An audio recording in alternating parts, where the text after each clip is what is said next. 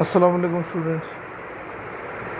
Flow charts हमारा next topic है chapter number 1 का। सबसे पहले फ्लो चार्ट क्या होता है? फ्लो चार्ट असल में स्टेप बाय स्टेप तरीक़ाकार है किसी प्रॉब्लम को सॉल्व करने का, ठीक है, ग्राफिकल तरीके के साथ। यानी कि अगर हम अपने प्रॉब्लम को सॉल्व करने के स्टेप्स लिखते हैं सारे, ठीक है, कि पहले हमने ये स्टेप करना है, फिर ये वाला करना है, ठीक है, फिर ये वाला, इस तरह।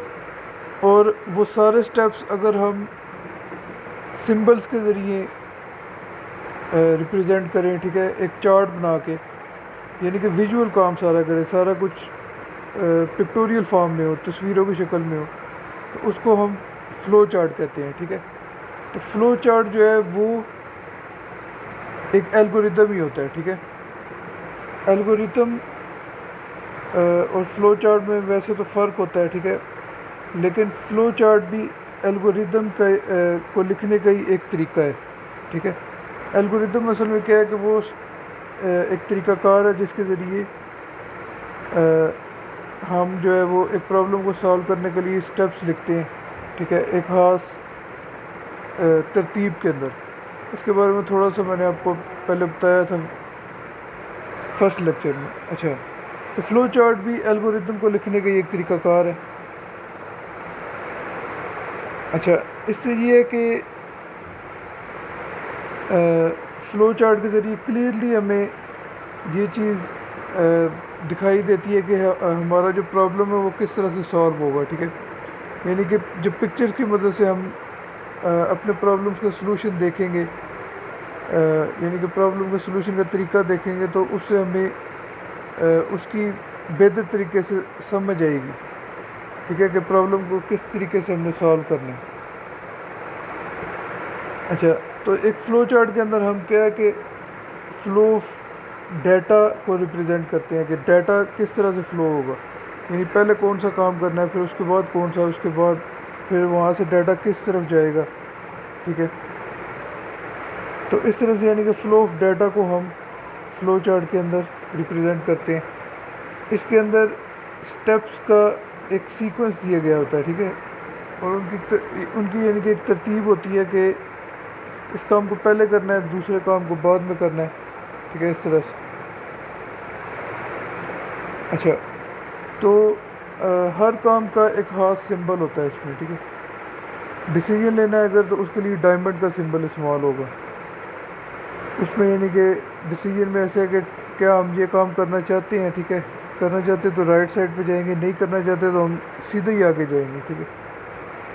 तो इस तरह से सिंबल्स के ज़रिए हम फ़्लो चार्ट को क्रिएट करते हैं।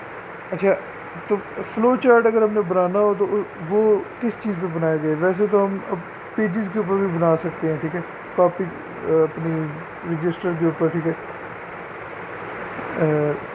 पेन के साथ इसको बनाया जा सकता है। अगर हम कंप्यूटर पे बनाना चाहते हैं तो कंप्यूटर पे बनाने के लिए इसके लिए माइक्रोसॉफ्ट वर्ड इस्तेमाल किया जा सकता है, ठीक है। इसके अलावा माइक्रोसॉफ्ट विज़्यू एक बहुत अच्छा सॉफ्टवेयर है जो कि फ़्लो चार्ट और ऐसी डायग्राम्स जिसमें बनाई जाती हैं, ठीक है। तो इसके अलावा और भी सॉफ्टवेयर हैं जिन पे हम फ़्लो चार्ट बना सकते हैं। अच्छा, अब एक एग्जांपल मैं आपको दूँगी हम किस चीज़ की का एक फ़्लो चार्ट बना सकते हैं। तो अगर हम एक बिल्डिंग हमने बनानी है, तो उसका हम अगर एक नक्शा बनाते हैं और उस नक्शे का जो प्लान है उसका हम एक फ़्लो चार्ट बना सकते हैं, ठीक है। या फिर हम अगर किचन के अंदर एक चाय बनाना चाहते हैं तो उस चाय को बनाने के स्टेप्स का भी फ़्लो चार्ट बन सकता है, ठीक है। तो ये आपको मैंने कुछ एग्जांपल बताई कि किस तरह की चीज़ों का फ़्लो चार्ट बना सकते हैं। कोई भी हमारा प्रॉब्लम है उसका हम फ़्लो चार्ट बना सकते हैं, ठीक है, उसके तरीक़ाकार को रिप्रेजेंट करने के लिए।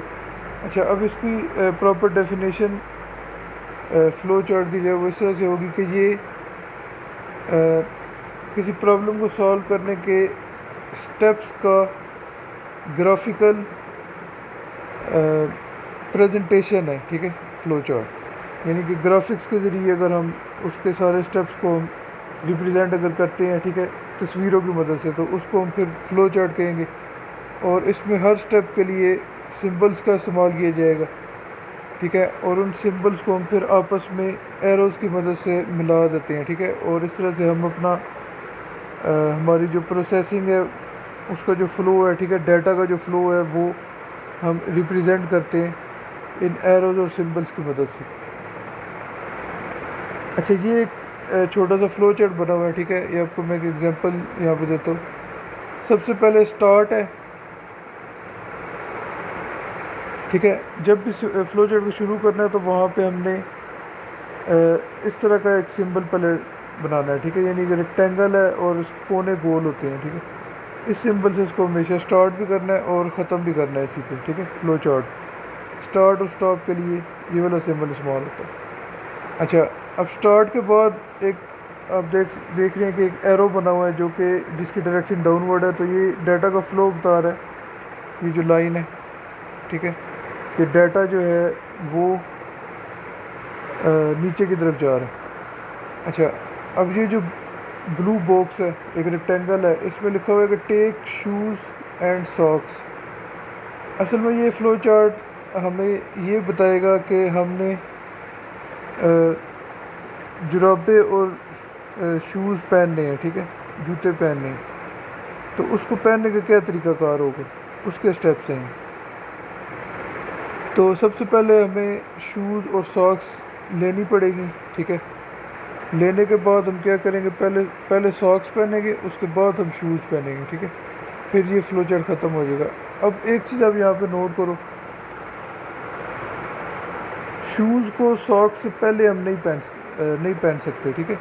यानी कि ये स्टेप पहले नहीं आ सकता, ठीक है, क्योंकि पहले लाजमी तौर पे सॉक्स को ही पहनना पड़ता है, बाद में हम शूज़ पहनते हैं। इस वजह से फ़्लो चार्ट के अंदर एक तरतीब होती है, कुछ काम हम पहले ही कर सकते हैं, कुछ काम हमने बाद में करने होते हैं, ठीक है। तो इसकी जो अरेंजमेंट है वो चीज़ भी मैटर करती है, ठीक है।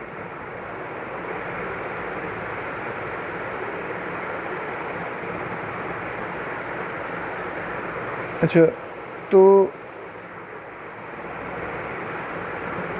जैसे कि मैंने भी बताया कि इसकी एक तरतीब है, ठीक है, एक ऑर्डर है कि ये काम पहले करेंगे, ये काम बाद में करेंगे। इस चीज़ को भी हमने सामने रखना होता है, ठीक है।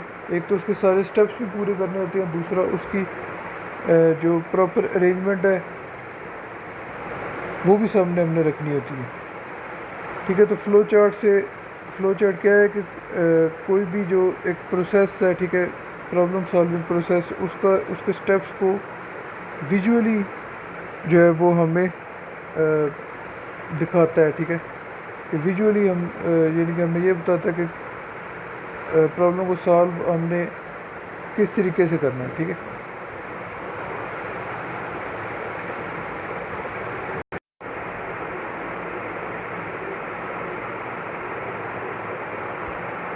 अच्छा, तो फ़्लो चार्ट जो है उसकी क्या इम्पोर्टेंस है प्रॉब्लम सॉल्विंग के अंदर। अच्छा, तो प्रॉब्लम सॉल्विंग में फ़्लो चार्ट जो है वो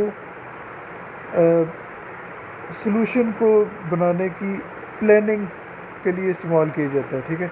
यानी कि जब हम इस चीज़ को प्लान कर रहे होते हैं कि हमने एक प्रॉब्लम का सलूशन किस तरह से फाइंड करना है, तो उसके लिए क्या है कि हम फ़्लो चार्ट को बनाते हैं, ठीक है। एल्गोरिदम भी हम इसी काम के लिए बनाते हैं। जैसे मैंने पहले बताया कि फ़्लो चार्ट भी एक एल्गोरिदम ही है, ठीक है। तो ये हमारी मर्ज़ी होती है कि हम या तो सिर्फ एल्गोरिदम ही लिख ले, क्योंकि एल्गोरिदम जो है वो सिर्फ सिंपल इंग्लिश में लिखा जाता है, ठीक है। सिंपल हम किसी भी लैंग्वेज में उसको लिख सकते हैं, नॉर्मल इंग्लिश में ही लिखते हैं। उसमें सिर्फ हमने स्टेप्स नंबरिंग के साथ लिख देते हैं, 1 2 3 4 इस तरह। तो फ़्लो चार्ट में भी वही चीज़ है, बस इसमें इसमें ये एक फ़र्क है कि ये ग्राफिकल होता है, ठीक है। इसमें पिक्चर्स वगैरह दिखाई देती है। तो वैसे पर्सनली मैं एल्गोरिदम को फ़्लो चार्ट में तरजीह देता हूँ, ठीक है। मैं एल्गोरिदम को लिखना इससे ज़्यादा पसंद करता हूँ, ठीक है। वो थोड़ा सा जो है ना उससे जो एक डेवलपर होता है जो जो सॉफ्टवेयर बना रहा होता है उसको एक एल्गोरिदम से ज़्यादा बेहतर तरीके से समझ आ जाती है। लेकिन वैसे आम लोगों को जो दूसरे यूज़र वगैरह होते हैं वो उनको फ़्लो चार्ट को देखने में ज़्यादा आसानी महसूस होती है क्योंकि इसमें सारी तस्वीरें बनी होती है। ठीक है, तो इस वजह से तो एल्गोरिदम और फ़्लो चार्ट में जो है वो आपस में कुछ डिफरेंसेस हैं। ठीक है, एल्गोरिदम को लिखना आसान है, सिंपल इंग्लिश में लिखना है। फ़्लो चार्ट को बनाना ज़रा कॉम्प्लेक्स होता है। अच्छा, तो ये हमारी मर्ज़ी है कि हम इसके लिए फ़्लो चार्ट बनाते हैं या हाली एल्गोरिदम लिखते हैं या दोनों काम करते हैं। अच्छा, तो फ़्लो चार्ट अगर पहले से ही बना हो, ऐसा हो सकता है कि हम जो प्रॉब्लम सॉल्व करना चाहते हैं वो उसके लिए पहले से किसी ने फ़्लो चार्ट बनाया हो। ठीक है, वो प्रॉब्लम पहले भी किसी ने सॉल्व की हो और उसके लिए अपना एक फ़्लो चार्ट बनाया हो। तो अगर पहले से एक फ़्लो चार्ट हमें मिल जाता है तो फिर प्रॉब्लम को किस तरह से सॉल्व करना है इस चीज़ को समझने में हमें काफ़ी मदद मिल जाएगी। ठीक है, क्योंकि अगर हम एक चीज़ को ग्राफिकली देखते हैं, ठीक है, टेक्स्ट के मुकाबले में, यानी एक चीज़ सिंपल लिखी हो और दूसरी तरफ एक चीज़ की पिक्चर्स बनी हो, ठीक है, विजुअली एक काम होया हो, तो वो जो ग्राफिकल काम है वो ज़्यादा आसान होता है। ठीक है, समझने के लिए वो ज़्यादा बेहतर रहता है। तो इस लिहाज से जो है वो फ़्लो चार्ट एल्गोरिथम से थोड़ा बेहतर है क्योंकि इसमें जो है वो सारा पिक्टोरियल रिप्रेजेंटेशन होती है। जैसे मैंने पहले बताया कि जो आम यूज़र आम लोग होते हैं उनके समझने के लिए फ़्लो चार्ट ज़्यादा जो है वो इफ़ेक्टिव है। ठीक है, ज़्यादा बेहतर है। अच्छा, तो ग्राफिकल रिप्रेजेंटेशन जब हम करते हैं, ठीक है, एक सलूशन को फाइंड करने के तरीक़ेकार की, तो उससे हमें ये पता चल जाता है कि ये इसका जो सलूशन होगा वो ठीक होगा या नहीं ठीक होगा। ठीक है, यानी कि सारे स्टेप्स जब हमने लिखे होंगे तो उसको फॉलो करके उसको हम चेक कर सकते हैं कि इससे सही सलूशन हासिल हो रहा है कि नहीं सही हासिल हो रहा है। अच्छा, तो दूसरे लोगों को अगर हमने अपना तरीक़ाकार समझाना है कि मैं किस तरह से प्रॉब्लम को सॉल्व करूँगा, ठीक है, यानी सलूशन को किस तरीके से मैं फाइंड करूँगा, तो वो तरीक़ाकार समझाने के लिए, स्टेप्स को समझाने के लिए फ़्लो चार्ट एल्गोरिदम से बेहतर है क्योंकि एल्गोरिदम की दूसरे लोगों को मुश्किल से समझ आएगी, फ़्लो चार्ट की उनको आसानी से समझ आ जाएगी क्योंकि इसमें सारा ग्राफिकल काम होता है।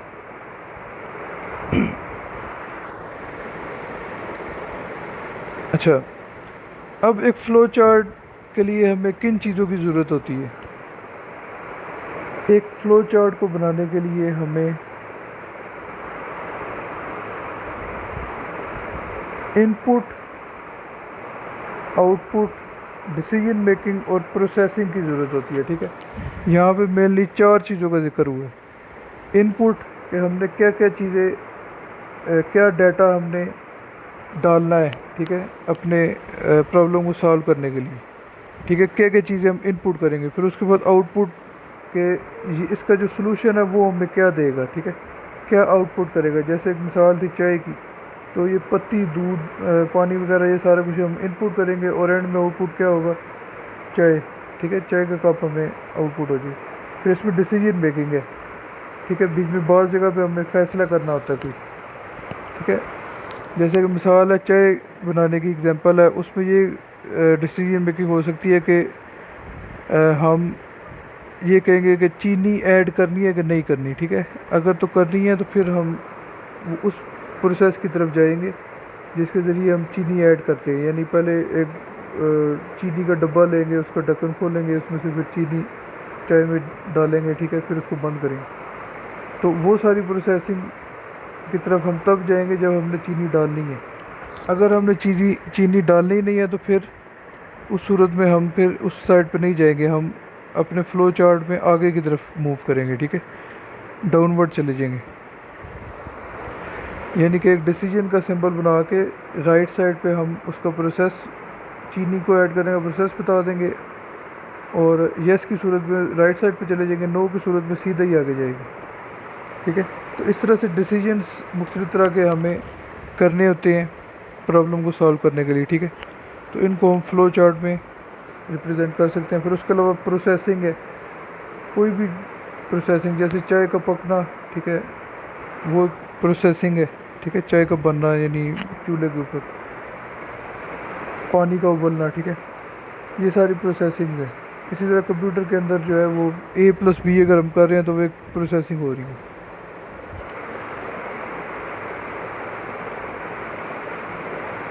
अच्छा, तो इसमें हम इस तरह से करते हैं कि ये फिगर में थोड़ा सा रिप्रेजेंट किया गया हुआ है कि सबसे पहले हम इनपुट लेते हैं सारे, ठीक है, फिर उसकी प्रोसेसिंग करते हैं, फिर बाद में हमें आउटपुट मिल जाता है। जैसे मैंने बताया कि चाय बनाने के लिए मुख्तलिफ चीज़ें पहले इनपुट करेंगे, ठीक है, पानी, पत्ती, दूध वगैरह, ठीक है, फिर उसकी प्रोसेसिंग होगी, वो सारी चाय यानी कि पकेगी चूल्हे के ऊपर, फिर उसके बाद आउटपुट जो है उसमें क्या है कि हमें चाय का कप मिल जाएगा। तो ये चार चीज़ें जो मैंने बताई हैं ये रिक्वायरमेंट्स होती हैं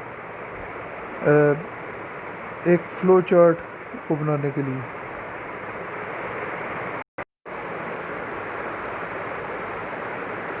अच्छा, तो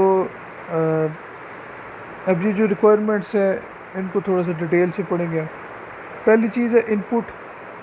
तो इनपुट जो है वो उस डाटा को कहते हैं जो कि यूज़र से हासिल करके तो हमने क्या है कि अपने प्रोसेस के अंदर डालना होता है, ठीक है, अपने प्रॉब्लम सॉल्विंग का जो प्रोसेस हम चला रहे हैं उसके अंदर हमने डालना होता है, ठीक है, यानी कौन कौन सी चीज़ें हैं जो कि प्रॉब्लम को सॉल्व करने के लिए हमें चाहिए, ठीक है, वो हम सिस्टम के अंदर डालेंगे। और इसमें हमें ये पता होना चाहिए कि कितनी चीज़ें हमने डालनी है, ठीक है, और किस तरह की चीज़ें हमने यहाँ पे इनपुट करनी है, ठीक है, इस चीज़ का इसमें हमें पता होना चाहिए, ठीक है, इनपुट के लिए। अच्छा, उसके बाद दूसरी चीज़ है प्रोसेसिंग।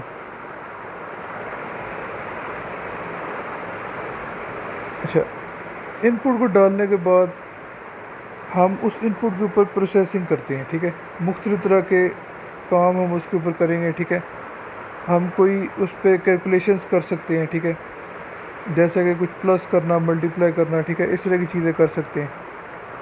फिर कैलकुलेशंस करने के बाद उसके रिज़ल्ट्स को हम स्टोर कर सकते हैं, ठीक है, और उसके रिज़ल्ट्स को आगे हम फर्दर प्रोसेसिंग के लिए इस्तेमाल कर सकते हैं, ठीक है, या आउटपुट अगर करना चाहते हैं तो उसको आउटपुट कर लेंगे। अच्छा, इसमें वैसे कि कोई वैल्यू बढ़ रही होगी, कोई कम हो रही होगी, ठीक है, कुछ चीज़ें ऐड हो रही होंगी, डिवाइड हो रही होगी, ठीक है, या सब्ट्रैक्टिंग हो रही होगी, तो इस तरह के मुख्तलिफ काम, ठीक है, प्लस माइनस वगैरह, ये काम हम प्रोसेसिंग के अंदर करेंगे। जैसे चाय की एग्जांपल थी, उसमें चाय का पहले उबलना, ठीक है, फिर उसके बाद उसका दूध वगैरह डालने के बाद, चीज़ें सारी डालने के बाद उसका चूल्हे के ऊपर पकना, ये सारी चीज़ प्रोसेसिंग में आती है, ठीक है। तो ये इसकी दूसरी रिक्वायरमेंट है एक फ़्लो चार्ट की। अच्छा, फिर तीसरी जो रिक्वायरमेंट है फ़्लो चार्ट की वो है डिसीजन मेकिंग। बाज़ का जैसे मैंने आपको बताया कि हमें फ़ैसला करना होता है कि हम ये काम कर रहे हैं या ना करें, ठीक है, अगर हमने वो काम करना है तो फिर हम उस प्रोसेस की तरफ चले जाते हैं जो कि उस डिसीजन को करने की सूरत में ही सिर्फ हमने करना होता है, ठीक है, वो प्रोसेस। अगर हमने वो काम नहीं करना तो फिर हम फ़्लो चार्ट में आगे चले जाते हैं, ठीक है, उस प्रोसेस की तरफ हम जाते ही नहीं हैं जो कि डिसीजन में यस की सूरत में हमने करना होता है, ठीक है, यानी कि अगर हमने चीनी ऐड करनी है, ठीक है, तो उस सूरत में हम यस की तरफ जाएंगे और चीनी को ऐड करने का सारे प्रोसेस से गुजरेंगे। अगर चीनी नहीं ऐड करनी, उसी चाय वाली एग्जांपल की बात करूँ, फिर हम उस प्रोसेस की तरफ नहीं जाएंगे, चीनी डालने की तरफ जाएंगे नहीं, हम आगे अगले स्टेप्स की तरफ चले जाएंगे, ठीक है। तो डिसीजन मेकिंग में जो है ट्रू और फॉल्स की सिचुएशन आई थी है कि अगर यानी कि ये काम करना है, ठीक है, ट्रू है तो फिर हम इस प्रोसेसिंग में जा रहे हैं, इस साइड पे जाएंगे, फ़्लो चार्ट के इस हिस्से में जाएंगे, ठीक है, अदरवाइज़ हम फॉल की सूरत में आगे चले जाएंगे। तो इस चीज़ को हम डिसीजन मेकिंग कहते हैं कि किस तरह से हमने जो है वो स्टेप लेना है नेक्स्ट, ठीक है, अगला स्टेप किस तरीके से लेना है, इस चीज़ को डिसीजन मेकिंग हम कहेंगे, ठीक है, सिचुएशन के लिहाज से, ठीक है। वो हमारी मर्ज़ी है कि हम ट्रू की तरफ जाएं या फॉल की तरफ जाएं, ठीक है, येस की तरफ जाएं या नो की तरफ।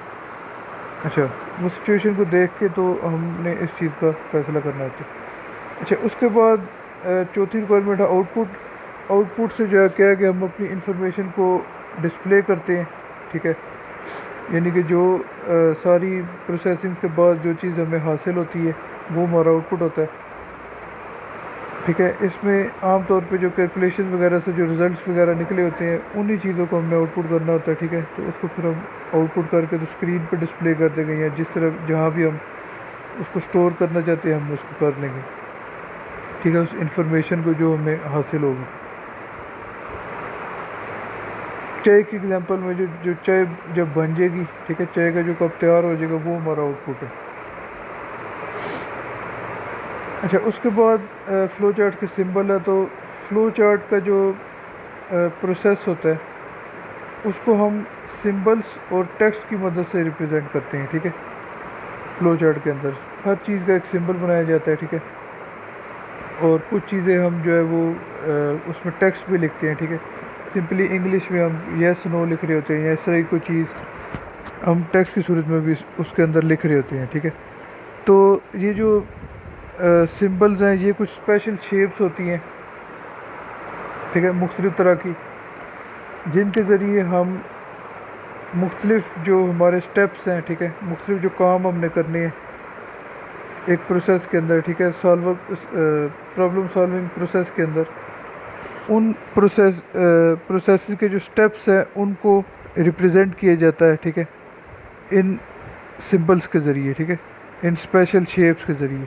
इसमें लाइंस का इस्तेमाल भी किया जाता है, ठीक है, एरोज़ का इस्तेमाल भी किया जाता है, ठीक है। इसमें यानी कि फ़्लो ऑफ डाटा हम दिखा रहे होते हैं कि डाटा किधर से किस तरफ जा रहा है। जैसा कि मैंने एक एग्जांपल बताई थी जूते पहनने वाली, तो उसमें हम ऊपर से नीचे की तरफ आ रहे थे, पहले ये काम करना है, फिर उसके बाद एरो था नीचे की तरफ, उसके बाद नीचे की तरफ जाएंगे हम, यानी उससे नीचे वाला स्टेप करेंगे। इस तरह यानी कि फ़्लो चार्ट को फॉलो करना होता है। अच्छा, तो कुछ सिंबल्स जो है वो मैं आपको बताता हूँ जो कि फ़्लो चार्ट में आम तौर पे इस्तेमाल होते हैं, ठीक है। इसके अलावा भी सिंबल्स हैं जो कि यूज़ होते हैं फ़्लो चार्ट में। सबसे पहले जो है वो फ़्लो लाइन है, ठीक है। फ़्लो लाइन जो होती है इसको हम एरो से रिप्रेजेंट करते हैं, और इस फ़्लो लाइन के ज़रिए हम फ़्लो चार्ट के अंदर स्टेप्स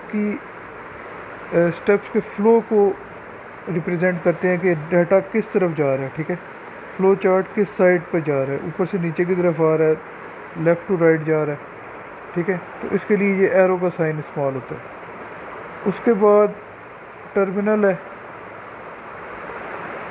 ठीक है। टर्मिनल जो है ये हमें बताता है कि फ़्लो चार्ट शुरू हो रहा है या ख़त्म हो रहा है, ठीक है। उसके लिए हम ये वाला सिंबल इस्तेमाल करेंगे, ठीक है। ये रेक्टेंगल होती है जिसके कोने गोल होते हैं, ठीक है। तो ये सिर्फ क्या बताता है, स्टार्ट और एंड, ठीक है, किसी भी फ़्लो चार्ट का। उसके बाद नेक्स्ट जो है वो एक रेक्टेंगल का सिंबल है, इसके ज़रिए हम प्रोसेस को शो करते हैं,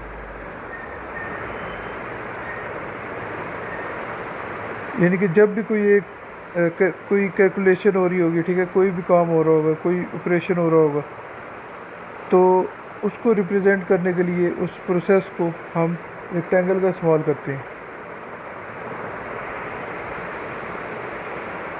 अच्छा, उसके बाद नेक्स्ट जो है वो डिसीजन का सिंबल है। डिसीजन का सिंबल जो है ये डायमंड के सिंबल से हम रिप्रेजेंट करते हैं, ठीक है। इस सिंबल को हम डायमंड कहते हैं। अच्छा, इसके ज़रिए इस डिसीजन के सिंबल के ज़रिए हम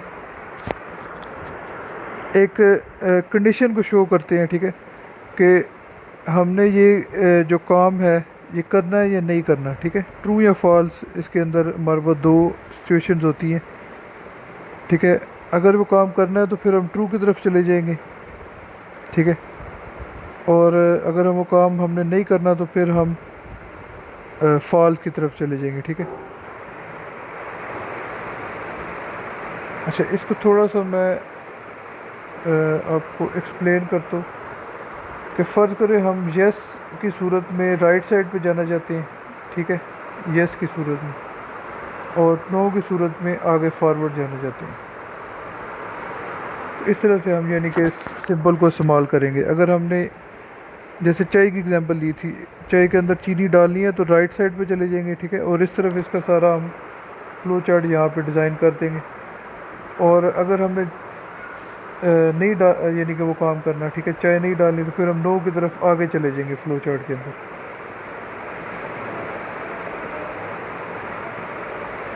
अच्छा, उसके बाद इनपुट और आउटपुट का सिंबल है पैरेललोग्राम का, ठीक है। पैरेललोग्राम के ज़रिए हम इनपुट और आउटपुट को रिप्रेजेंट करते हैं।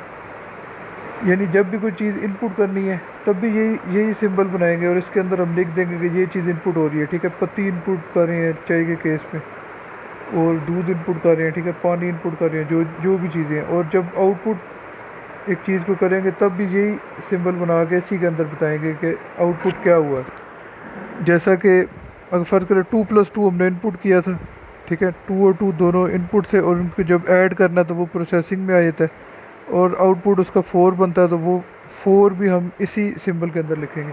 उसके बाद लास्ट चीज़ है कनेक्टर।